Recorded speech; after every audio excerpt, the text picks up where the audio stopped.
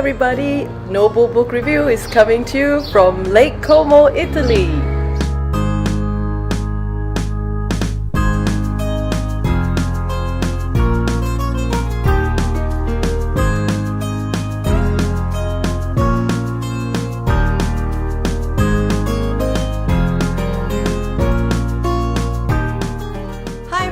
Welcome back to another episode of Noble Book Review, a program where we talk all about the books without the bull. And I'm really excited to be back and sharing you some of the video clips that I've taken while I was traveling in Italy. I have still a few more videos to show you, so I will most likely include them in the upcoming episodes of the program, so watch out for those. So let's jump straight into the action. I don't know about you guys, but most of the books that I have read are written by American authors or British authors. So for a change, I thought I'll try something different, you know. I was looking at a website and there were authors from Africa, and I just chanced upon this website, and authors from Africa to watch out for. And among them was an author called Igoni Barrett, and the book that was recommended was, that's right, you read it right, girl, it's Blackass. I know, I mean, well, straight up I can tell you this book is not meant for kids, okay? It's meant for adults. It's a very interesting book, I must say, and the style of writing, it's very different from what I'm used to. I mean, like I said, I mean, most of us have probably read, you know, books written by American and British authors, and you know there's a certain kind of style and there's a certain kind of pace. This is completely different, but interesting nevertheless. I mean, I have read some other reviews about this book. Some were pretty scathing, but I didn't mind it at all. I mean, I'll read you a little bit about the story, and it's on the cover here. It's the story of Furo Wariboko. Born and bred in Lagos, he wakes up on the morning of his job interview to discover that he has turned into a white man.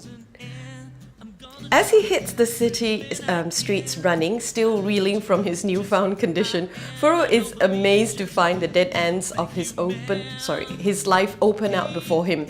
As a white man in Nigeria, the world is seemingly his oyster. Except for one thing, despite his radical transformation, Furo's ass remains robustly black. It's just so funny to describe something robustly black. Funny, fierce, inventive, and daringly provocative, this is a very modern satire with a sting in the tail. I mean, this is really something, I mean, the style of writing and the way the story is told, it's really very, very different from what I'm used to. But it's very interesting because while reading this, it kind of like, you know, teaches you about discrimination, you know, and it exists. I mean, the book does not sugarcoat anything. I mean, life as a white person in Nigeria, I mean, based on his experience, it's so different from, you know, from the life of the locals. So, you know, it kind of makes you think about, you know, how we feel that, you know, sometimes we may be discriminated against. But when he was, you know, when he transformed into a white person, Furo himself started to change as well, you know, because he realized that, you know, new opportunities being offered to him, and the way he started to think was also a little bit different. I kind of felt that, you know, he kind of like probably enjoyed, you know, the advantages that he had been given as a white person, and now that he's a white person, and you know, it affected the way he behaved, and I think it's a great lesson, you know, for us to reflect how sometimes we feel we are being discriminated against, but perhaps sometimes if we're in what I would deem in a superior position, that perhaps we ourselves discriminate as well. And that's something that I've learned in this book. I really enjoyed it. I'm not sure if it's meant for everybody. Like I said, suitable for adults, not for kids, because you know, there are some content in there which is a little bit more mature. But all the same, I think it's very refreshing to read a different style of writing. if you are looking for something new to try, why don't you try this? Because some of it is actually quite funny as well. And because I've never been to Africa, there are a lot of description about the place as well as some of the food that they eat, which I find it's very interesting. So if I ever get a chance to visit Nigeria, well, I know what to look out for. All right, keep reading. That was the amazing, extremely talented and funny girl, Yassmin Abdel-Magied. I mean, what can I say about this girl? What hasn't she accomplished? Let me just, I mean, there's a whole list of accomplishments, but I just want to name a few. She has won the Young Australian Muslim of the Year. She is the Young Queenslander of the Year, and she has won Queensland Young Australian of the Year. I mean, this girl is amazing and she is so funny. I had the privilege of meeting her at one of the conferences, and she's so friendly, so warm, so down to earth. And I'm telling you, she is such an inspiration. If you want to find out a little bit more about her, you can also catch her on TED Talk. Her video on TED Talk, oh, what is it called? I think I'll put the link in my description box. Description box. And I think it's called "What Does My Headscarf Mean to You?" or something like that. But it is a very, very inspiring talk. Please watch out for it. And this amazing girl, among her long list of accomplishments, which includes, mind you, leading a race car team. No kidding, you know, F1 and all, she's into it. I mean, this girl knows her machines. Do not mess with her. This is her book, Yassmin's Story.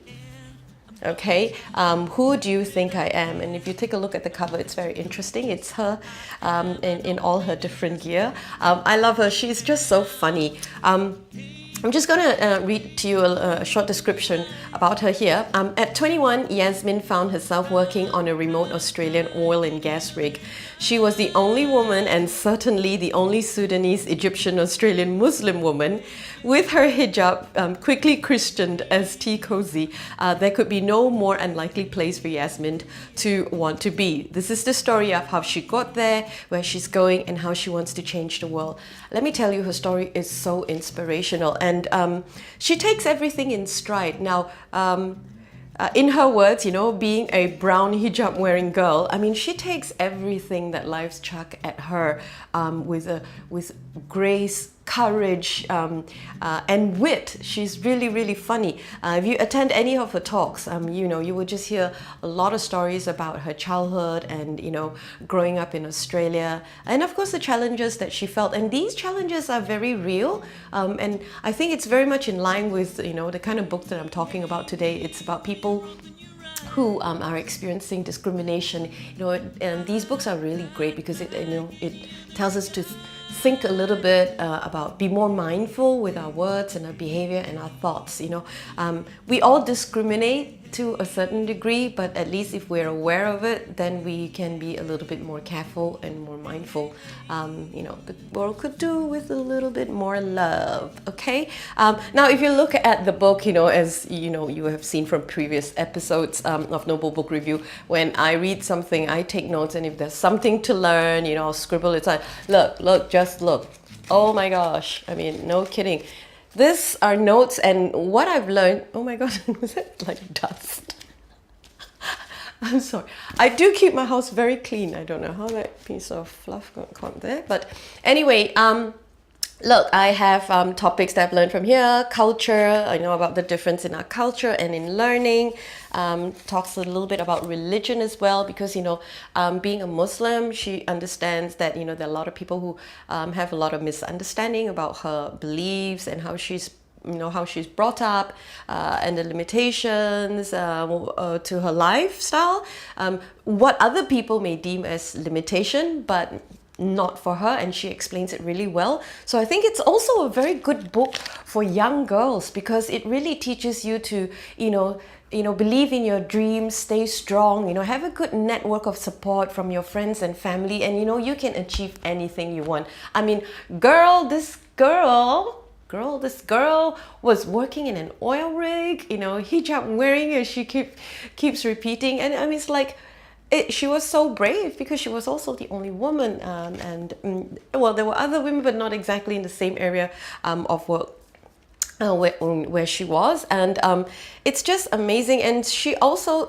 started some non-profit organization as well, you know, and even when she was very young, she already had a very she was very driven in making this world a better place. And so that's why I think this book is really very good for young girls as well. Moms out there, please, okay, dads as well. You see, I'm being discriminatory.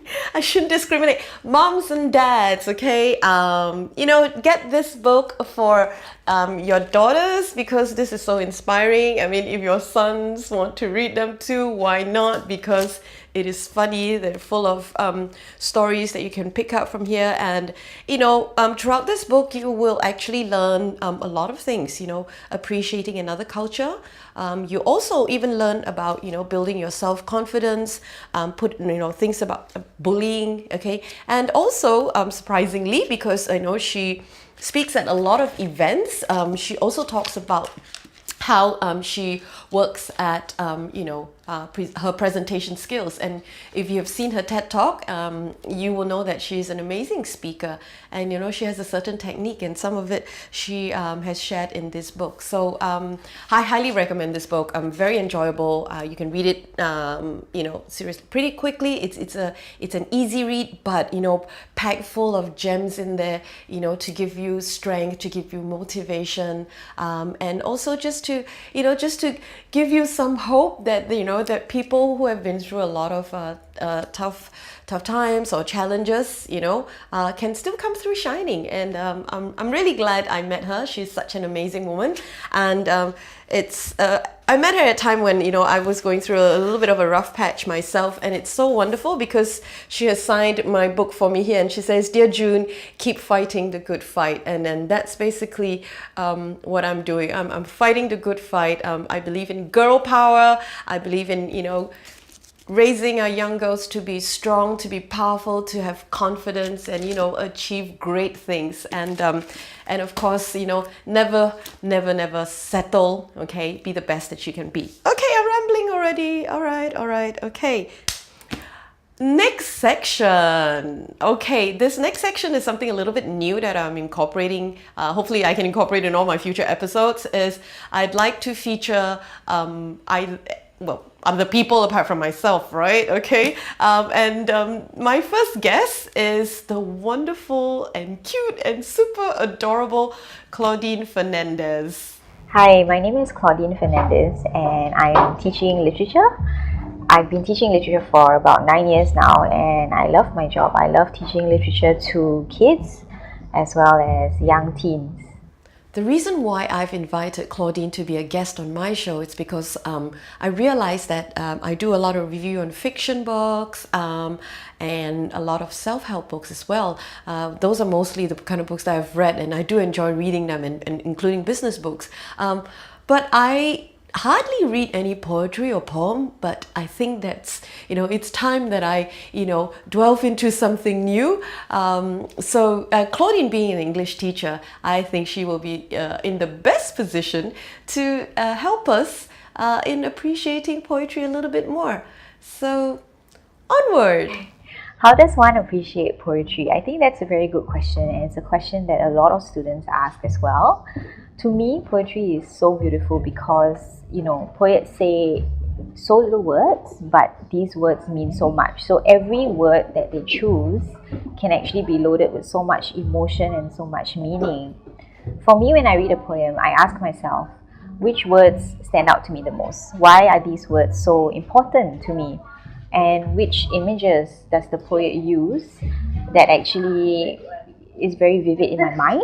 And again, why do I think so, and why do I feel that way? What happens if you read a poem many times and you just don't understand it? Again, this is something that so many of my students might ask. I just don't get it. I just don't understand poetry. It's too difficult. But actually, if we change the way that we view poetry and we read poetry, it actually gets very accessible and very manageable. So maybe we could start with some of the words or some of the lines that we do understand, and ask ourselves, why is it that these lines and these words hold so much meaning to us? Does it remind us of a particular experience that we had? Or why is it that we adore the way a poet expresses something?